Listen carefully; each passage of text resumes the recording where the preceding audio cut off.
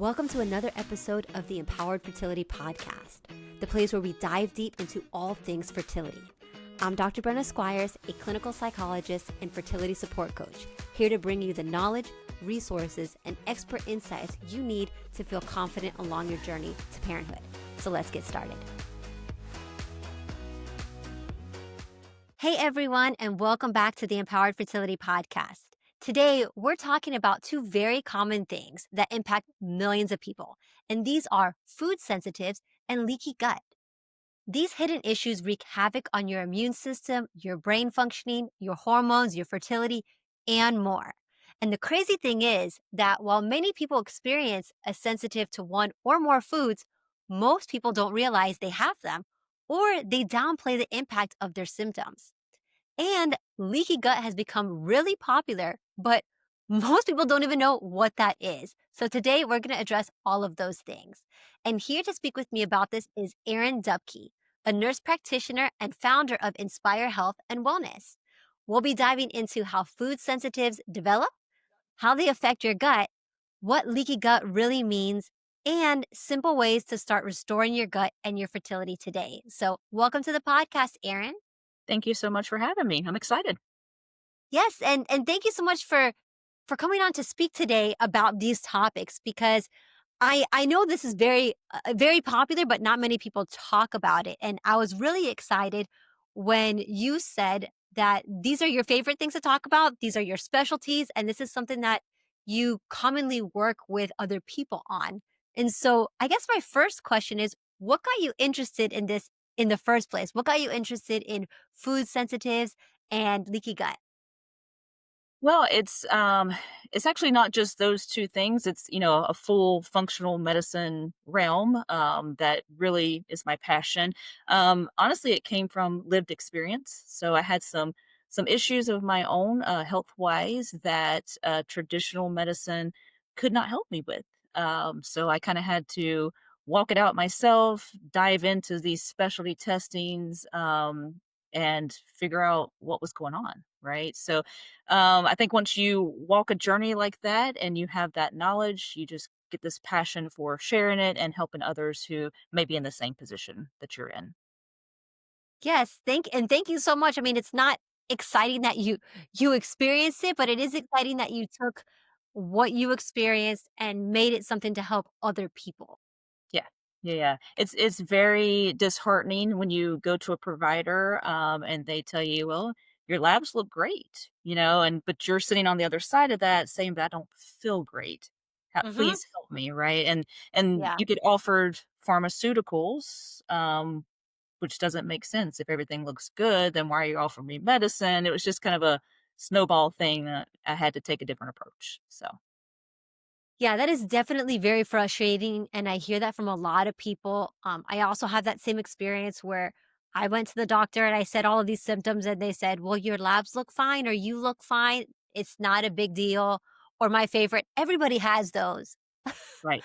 And I think, "Oh, even though everybody has these, I don't want them." Right. Right. This is all you have for me? There's nothing else you can give me here? Yeah, I want I get it. We all have these things. Now what? How do I get rid of these? And so before we even get rid of these, I'm curious with let's start with food sensitives. How do we even get food sensitives? So, food sensitivities, well, first, let's just clarify that these are a little bit different than food allergies. Okay, Mhm. so there's different components of the immune system. When you have a true food allergy, something that you eat makes your lips swell up, or you break out in hives, or your throat, closes. Absolutely, that's a true food allergy. You need to avoid that particular thing forever and ever. Amen. Right? Food sensitivities are a different component of the immune system. So this is your innate immune system. Um, you may have been eating this food your entire life, right? And things have been fine, but something occurs usually within the gut, or your hormones are off, or something's happening, um, and you become sensitive to it. And it could be healthy foods, right? So we all know that there are certain foods that are known as inflammatory foods. Okay, dairy, gluten, processed foods. we could tell anybody, yeah, kind of avoid those things. They might not be the best for you, right? But there could be actual healthy foods that are bothersome to your constitution, right? And why did it develop? Well, probably a leaky gut kind of situation where the gut once was intact, right? And over time, the tight junctions of the intestines are no longer tight and things are flowing back and forth. So undigested food gets into the bloodstream, and then the immune system triggers a response to that because that should not be there, right? So that's kind of how things happen. The gut lining is compromised, via inflammation and other toxins. We live in a very toxic world, so the gut lining is compromised in some manner. So now the body has this undigested food, that same one you've eaten for years, is now in the bloodstream, and the immune system tracks it as an invader and then mounts an attack on that, right? And then you get antibodies. So now you're sensitive to that food. Does that make sense? Mm. Yeah. It does, and is that what the term of is that where leaky gut that term leaky gut comes from? Yeah, so leaky gut is what we would say in functional medicine, right? Traditional medicine says intestinal permeability. It means the same thing. It's where the intestinal lining is compromised. So things are coming from the intestines into the bloodstream where they should not be. And it's undigested food, it's toxins, it's bacteria. Okay. And the immune system does what it's supposed to do, it mounts an attack, it goes after these foreign bodies, right? Yeah. Yeah. That's that's very interesting. So I guess I had it backwards. I was thinking leaky gut caused food sensitivities, but you're saying food sensitivities cause leaky gut, or can it be both? It can be both. Yeah. Okay. Yeah, it can be both. Yeah, so it's all about an inflammatory process. So you get Mm. the inflammation in the gut, the compromised lining, and then things start kind of going back and forth as they should not be going back and forth. The purpose of your intestinal lining is to absorb things, but the things it's supposed to absorb, your nutrients, your vitamins, right? That's where everything comes from the gut into the bloodstream. Those things are supposed to do that, but it's when the junctions are not tight, and the other things cross over. Yeah. And I guess I'm wondering how something like that could change over time. So let's say you weren't sensitive to I'm going to say strawberries. So you weren't sensitive to strawberries before, and then all of a sudden now you are. I Mhm. guess I don't understand how that happened seemingly overnight. Yeah, yeah. Or did it? Well, and it's not overnight. I will tell you that. That's something that's probably been going on for a long time. So your immune system is designed to fight things, right? The things it's supposed to fight are bacteria, viruses, and cancers. Okay. Um, when you have a food that, like I said, once, you know, your whole life or years has been fine, but when that intestinal lining is compromised, now it's undigested coming into the bloodstream. So the immune system now is fighting a food. It shouldn't be fighting foods, right? Unless it's the other component of the immune system we talked about that's a true allergic reaction. But in general, your body should not be fighting off food. So it mounted this attack because it's undigested, it's in the bloodstream, it should not be there, so the immune system does what it's supposed to do, right? And then we all know sometimes the immune system kind of gets activated, kind of like in situations like this, and it goes overboard, right? And then you get into autoimmune conditions and things like that. Yeah. Yeah, and with that undigested food, I'm curious how it I'm not sure if you know this, but how does it select that? I mean, if you ate like a full meal, how would it know, so to speak, hey, I'm pulling out this gluten and it's going to be undigested and that's going into the bloodstream? Right, Dr. Squires, that is a question that I don't know. What I Because I cannot was just answer thinking, that like, one. if you ate a full meal, how would it just randomly and maybe it's not random, how would it just pick one of those items to then, be undigested to go through the leaky gut? Well, it's undigested just in the space that it's in, right? You haven't gotten through Okay. the digestive portion yet, right? We're Mhm. still small intestine where it's going to take the nutrients that it needs. So that's why it's undigested. It just hasn't made it through the entire system yet. And I will Yeah. say this. when we do food sensitivity testing, it's never just one thing, right? I don't get a test results back for you and it says, "Oh, yep, it's strawberries. Cut out strawberries, everything's gonna be fine." It's not gonna be that. It's a list of probably hundreds of things, Mhm. right? That need to be eliminated, that need to be taken out of the picture to allow the Yeah. gut to heal. Interesting. Interesting. So then with that, it's probably like certain not certain ingredients, but the way that the body reads it, it probably just picks certain things out. Yeah, I would think so. Honestly, it had to be whatever is undigested that comes across the barrier into the bloodstream, right? Yeah. Yeah. And how does that happen? By chance. Whatever hits that Yeah. particular area of the intestine that's compromised and comes through at that moment. There you go. That's the answer. It's the strawberries. That's Right probably there. the answer. It's usually like you just said, whatever comes across the wall at that time that happens to go through. And I guess it's that repeated exposure over time that now says, okay, you've crossed this enough. It's now a problem. We don't know what this is. We're gonna attack. We're gonna, yeah, yeah. Interesting. Very interesting. And you mentioned testing. There's food sensitivity testing. Is that the only way to do it or are there other ways? Food sensitivity testing is the best way to do it. You could go a route of eliminating things yourself, Okay. right? Like an elimination diet? You could, but you're gonna be starting with just categories, right? You're gonna say, "Okay, I'm gonna eliminate dairy and see how I feel," right? And that's a very valid thing to try. You do it for a couple weeks, do I have less bloating? Is my mood better? All those things. Then the next 2 weeks you try gluten. So yeah, you could go that route, but that again is hitting the big categories of food, is not hitting individual foods. So when you do actual blood work for a food sensitivity test, it tests I think 250 foods, and it actually puts dairy, casein, whey, gluten, all those in separate categories along with Nice. yeast sugars, right? So those are separate on top of 250 some odd foods. So if it's the Nice. strawberries, if it's the avocados, if it's whatever, you're going to know in black and white, that's a Uh-huh. trigger food for me. I have to eliminate it. Yeah.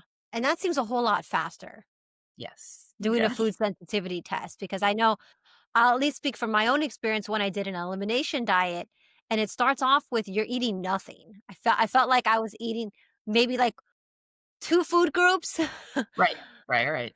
And then they slowly bring things back, and then you have to bring them back, what, 1 week at a time, and then wait a week, Yes. bring back another thing, and these are single ingredients you're bringing back, so after a year, you may have had a few foods added Oh, back, but while that's an option, it was honestly a little stressful. it's stressful. It's so limiting. Right? And it's Mhm. so, and I don't know, I just my personality, I work with data, right? So just draw my blood, let's Yeah, see what it says, and then I know that I know that I know. And I will take these things out and I'll let my immune system calm down. I'll start the yeah. healing process of my gut. And keep in mind, this doesn't mean when you eliminate these foods that they're gone forever. That's actually not Good. the point. That's They're so gone neat. for, yeah, they're gone for a amount of time to allow gut healing, right? Mhm, You're allowing the immune system to breathe, right? Because remember, we want it to fight bacteria, viruses, and cancers. We don't want it to mhm. fight the foods. So if we eliminate these foods that we know based on testing are a trigger for you, right? Then the immune system can relax a little bit and you can start the healing process of the gut.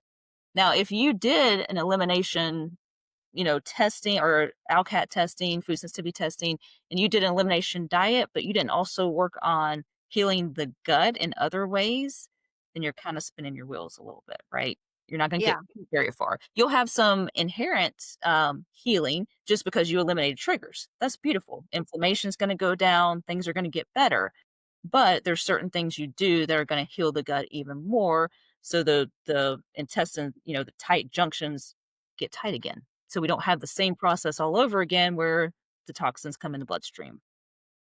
yeah, and that would make sense as I'm thinking about it, it would make sense why you would wanna do the food sensitivity test over just the elimination diet because, like you said, there's different components of, let's say, milk. You don't know Right. what component of the milk that you're having the problem with. And so if you eliminate it, bring it back, you don't know what the problem is. Right. Was it Or the if you eliminate things too quickly and try to bring them back too quickly, like you just said, your body didn't have time to heal. correct? Right. Yeah. So it's very science driven and data driven, right? It even gives you a severity of the trigger that a certain food does. If this Interesting. food, we're going to use strawberries again. If strawberries are severe for you, then your immune system had a pretty substantial reaction to that. Then you'll have a moderate category that, okay, it's reacting to these as well. You'll have a mild category that says, bothered me a little bit, but it wasn't too crazy. And then it gives you a list of foods that are good to go, right? So that's the other difference between just an elimination diet without the data is this actually tells you you have a whole list of foods that are okay. You can, Yeah. and it takes away that component of, oh, there's 5 foods I can eat, right? Yes. And that's not sustainable anyway. How is anybody going to do that? Very difficult. Very It's very difficult. difficult. You're very stressed, and then what I learned from that is then that impacts your gut because now while you're trying to improve the gut by eliminating foods, if you are then stressed, your gut's upset. Yes, And so because now we're not even fixing it. we're not fixing anything because you get stressed, your cortisol levels go up, right? Which what happens to the other hormones when your cortisol level goes up, right? So progesterone, estrogen, thyroid hormone, because they all work together. So you do one thing that you think is helping, right? But it's causing more stress and more problems in the end. Yeah. Yeah, And so you also said that with the food sensitivities, that when you give your gut a break and a rest over time, if when your gut heals, you can then reintegrate some of those foods back. absolutely, absolutely, yeah, with parameters. Okay. Um, You don't introduce them all back, right? If you went through a season and you took out, you know, 37 foods, well, we don't eat all 37 foods the first day you're cleared to start that, right? You start with one and you introduce, you see how your body feels. And if you've done well with an elimination diet and you've, stuck with it pretty stringently, your body will tell you. Okay, Mm. so if you bring that food back in and it's still not gonna be okay for you, your body will react, and you'll be like, "Okay, we'll take that one back out," right? But yeah, you do it slowly and strategically, and then once the foods are back in, you should always be making sure you're rotating foods, okay? Mm. So there is not any food that we should eat every single day. So that might be surprising to a lot of people, you know, an apple a Yeah. day keeps the doctor away. Unless your body doesn't care for apples, right? And it has a reaction to them. And the immune system won't have a reaction if you give it space. So if I eat an apple on Monday, even if I, have a little bit of a reaction to that, if I don't have another apple until Thursday, it's okay, right? I gave the immune system time to be like, oh, it's okay. That's not really an invader. I don't need to do anything here. Once you bring all these foods back in, you do a rotational balance on everything so you don't have any kind of flare-ups from the same foods again. That's fascinating. This is the first time I'm hearing about this, that it's helpful to rotate the food specifically for the purpose of um not causing or triggering any kind of food sensitives. Right. Yeah. And it's hard, right? And I'll say this especially, a family on a budget or a mom, or you may cook on Sunday a big pot of whatever, right? And we're going to have leftovers until this food is gone, right? That's Yeah. actually yeah, it's good for the budget, but it's actually not good for the gut. Hmm. Yeah. Interesting. That just Interesting. made you stop for a second there. You're like, It did make me stop because 'cause I'm thinking there are some things that I don't eat every day, but I do eat quite frequently, like eggs. I do like having eggs multiple times throughout the week, maybe avocado, and, I never really thought how it could potentially cause a problem because you're eating it very consistently as opposed yeah. to just, intermittently. Yes. Yep. Yeah. Interesting. The gut's pretty responsive. And it will let you know that, yeah, I don't like this food over and over and over again. And it's not the Yeah. food, right? Eggs are great. Yeah. Avocados are great. These are healthy foods. Strawberries are good. It's not the food itself, it's just what's Mm. happening internally. So, Yeah. yeah, if you go through a process of eliminating, and then you bring things back in, you're still gonna rotate. Yeah. And so, with someone who is saying, well, before I do this test, is there a way that I can identify now, like any common signs or symptoms that their gut is compromised? Ooh, yes, all the signs and symptoms, all of them. Bloating, of course, any GI things, right? Bloating, nausea, constipation, diarrhea, but other things, brain fog, skin conditions. So things going on in your gut will finally come, out on your skin. So if you've never had eczema before, and then you start getting eczema, you got to think internally, right? So brain fog, like I said, skin conditions, anxiety, depression, irritability, just generalized mood issues, all those things could be attributed to a gut issue. So, a lot of different things that Oh, people don't yeah. even think about Yeah. could be Headaches. related to their gut. Yeah. Yeah. All the things. That's why I said all the symptoms. I could probably say it could be your Everything, yeah, we kind of think, it's one of those things that people hear about often, and you think it's so common to have bloating, or it's so common to have constipation, or it's so common to have these things that they don't think of them as a problem. of course. Yeah. We get used to our norm, right? And so if you don't go to the bathroom but twice a week and that's what you've been doing for years, that's absolutely abnormal, but it's your norm, so you Yeah, don't really think too much of it. This is how it is, right? yeah. Yeah. Yeah, and what about conditions like PCOS, endometriosis, or thyroid? How does, the gut impact that? So it's all about the inflammatory response, right? We know all those have an inflammation component to them.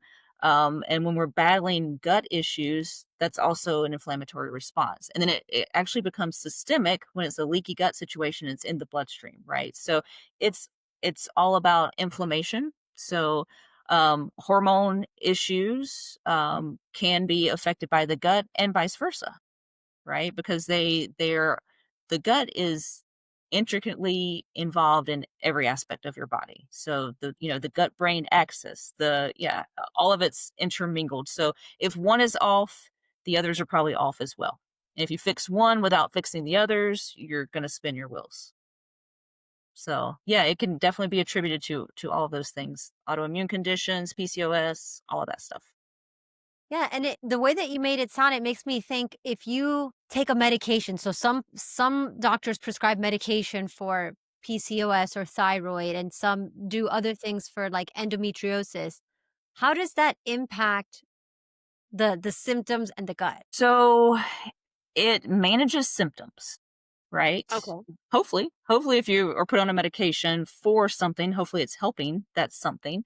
Um, but if you're not getting down to the root cause, right? If you're not investigating the gut, the leaky gut, other inflammatory processes that might be happening within your body, if you're not fixing hormonal issues, all those things, then it, in the end, is a band aid, right? Mm, Yeah, and it does, and like I said, it does hopefully help with the symptoms, which can be debilitating sometimes. I mean, PCOS is a very difficult thing to manage, and yeah. that's all about insulin, resistance, and all those things. So, but yeah, the pharmaceuticals serve a purpose, and they help with the symptoms. But unless you go a little bit deeper and start healing from inside out, then it's just a band aid in the end.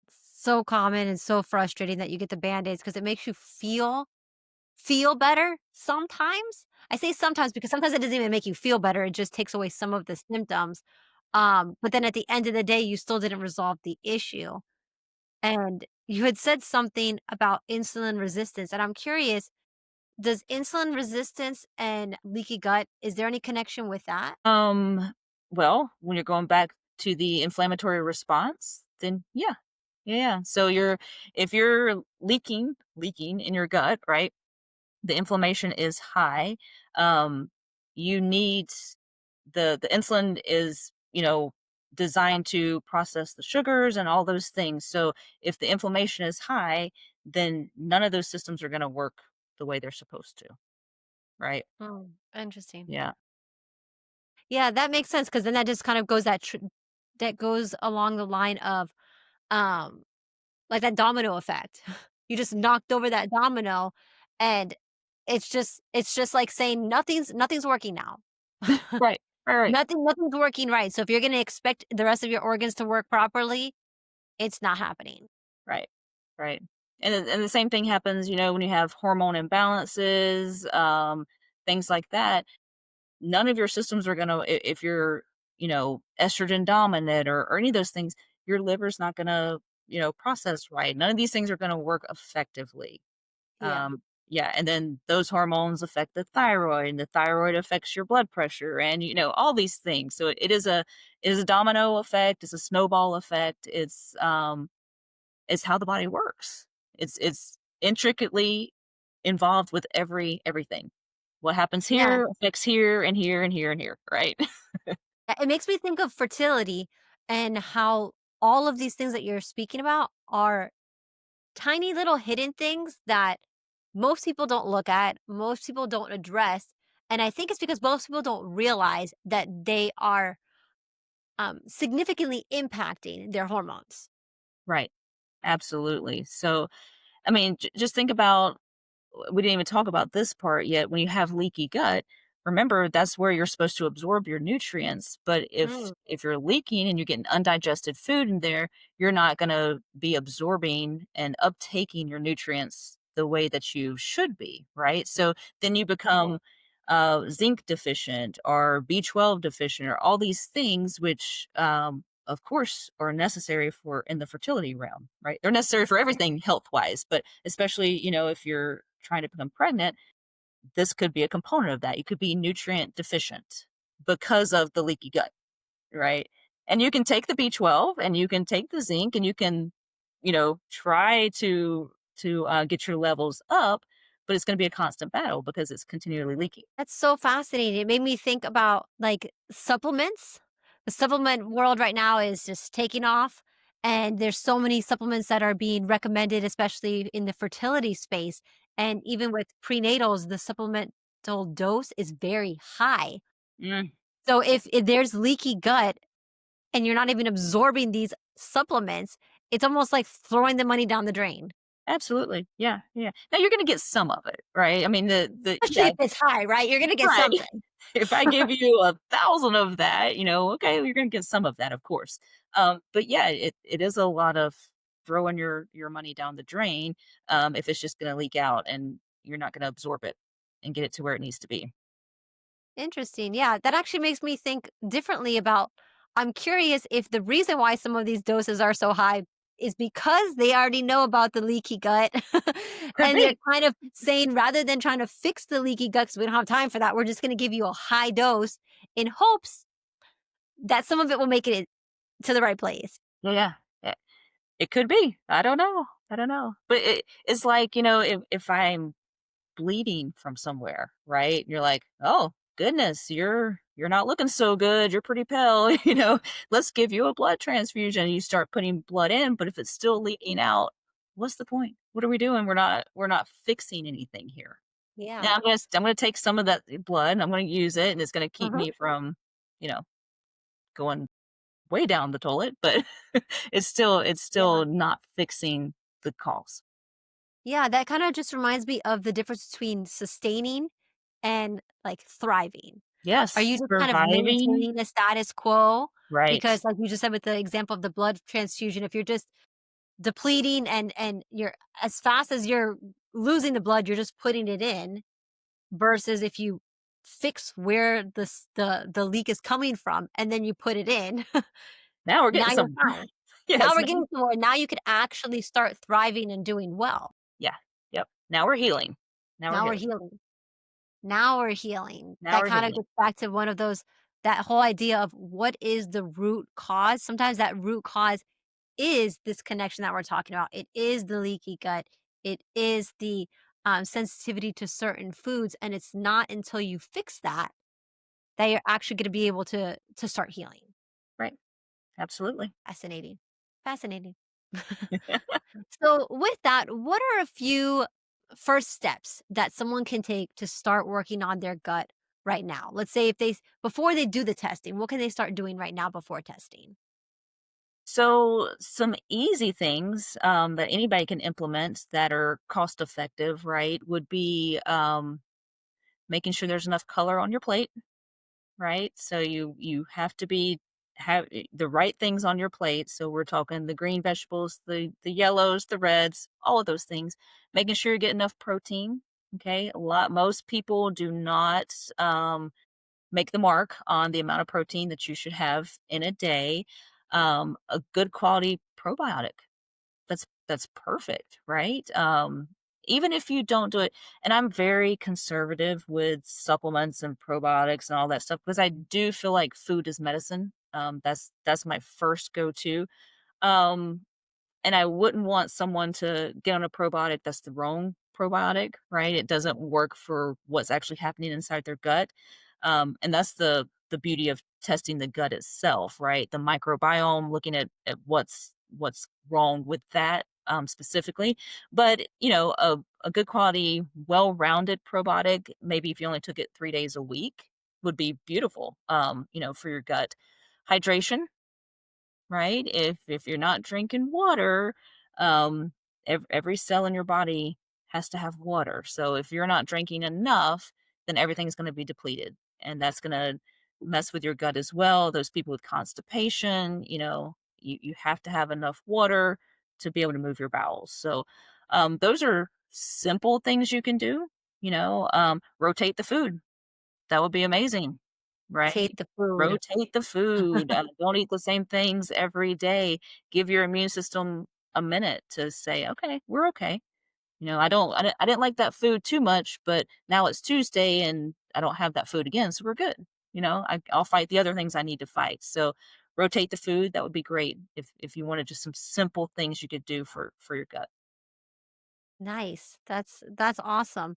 And so for those that want to take that next step and do a food sensitivity test, where would someone do that? Um Well, you need a functional medicine provider, right? I'm sure there are things you can order online, right? If you just went to some of these, testing companies where you can order your own labs and all those things. But you need someone to interpret that for you, right? And to help you through that journey. So finding a good functional medicine, holistic, integrative practitioner or provider that will order the test for you and then walk that out with you. Yeah, and is there only one type of test or there's different like one type of test that's just a blood test or are there different types of tests like saliva testing or um stool tests, things like that? Yeah. So for food sensitivities, you're going to want blood testing. Okay. That's the best method for that. For looking at the gut itself, your microbiome, you've heard this word before, dysbiotic, right? Uh, Um, if for looking at that and seeing if you have a bacterial overgrowth or a yeast overgrowth or a parasite, any of those things could be happening in your gut. That would be stool testing that you would need. Mhm. and that's something completely different, but it's also something that works hand in hand with the leaky gut. Absolutely. Yeah, yeah. Different testing, but absolutely, if you're gonna do one, you should be doing the other, right? Yeah. It's the same premise, it's great to eliminate the trigger foods, and you are decreasing inflammation when you do that, but if there's a parasite in there, then we're not gonna get very far. We may have some symptom changes, we may get a little, better, but there's still something else going on. Yeah, and would that test be done with the same practitioner or is it somebody different? No, same practitioner. Yeah. And I know this is a question that I will probably get asked, which is, in their primary care do this? Do either of these tests, or this is mostly done with a functional provider? I don't know of a single primary care that will will do these. I'm not saying they're not out there, especially if it's an integrative practice where they do, Mm, both traditional that's and true. and functional medicine. they probably have access and could guide you through some of those things. But if you see a traditional primary care provider, they're going to say, no, I don't know what you want me to do. Right. They So could it has send to be you. more functional or integrative. Yes. Yeah, absolutely. Awesome. And can you share a success story or example of someone who improved their gut health and noticed a drastic difference? Yeah, I have lots of those, myself. I could say myself, of course, because I had to walk that journey, right? I noticed a drastic difference, with healing the gut and anxiety, depression, Mm, mood issues, right? But yeah, I have lots of people that I work with. One recently who had a skin condition, and we worked on gut health, food sensitivities, and some other things as well. Um, but by the end of our time together, the skin was completely cleared. So it was coming from internal issues, right? And you fix those, and you fix the skin issues as well. And I have another one recently who didn't even come to me with the complaint of anxiety. That wasn't her main thing. She actually felt kinda healthy. She was working with me more as a health optimization kind of, "Where am I at?" kinda thing. But by the end of it, we found things. I will 1,000% say I've never tested someone and not found a single thing, right? So, we found things, we fixed things, and by the end of it, she's like, I didn't know I was anxious, but I was anxious. And she's like, "I'm yeah. calm. I feel better now. I feel different. I feel more alive." Just all these positive things that at the beginning of our time together, she didn't even know she was suffering from. Right. And that's goes back to our abnormal becomes our normal. Yeah. She didn't even know it was the thing for her until she felt better. She's like, "Oh my goodness. I was not doing well." Yeah. Yeah. And any has have you worked with anybody that has noticed a difference in their fertility or their hormones? Um, Hormones, definitely. I don't say that I'm any sort of a fertility expert, though I did have my own fertility issues, so I do do have my own experience. But I don't promote myself as a fertility person, so I don't have people come to me for fertility issues specifically. But I do work with a lot of people with hormones, and absolutely all the time, better energy, better mood. Now I'm able to lose the weight that I haven't been able to lose for, many years. Just sleeping better, all those things. Yeah, and as we've learned in almost all of the episodes, the podcast episodes that I've had, is that there is a big connection between your fertility and your overall health. And so by improving your overall health, improving your hormones, improving um, your gut, it does improve fertility as well. Absolutely, right? Which and when you're on that journey and you wanna have a baby, you want your health to be optimized, Yes. to fullest extent. So, you're doing these things to help with fertility, but to also help when you do get pregnant and you carry that baby, and the baby has the best environment to be in. Yes. Yes. And as we come to a close, I just wanted to know if there are any final thoughts or final words of encouragement you have for the listeners. Goodness, because this is a fertility podcast, right? I will say there are a lot of things that can be contributors to infertility and to that struggle. I would say do your research, look into all avenues. Don't necessarily take at face value what you're told by even a provider.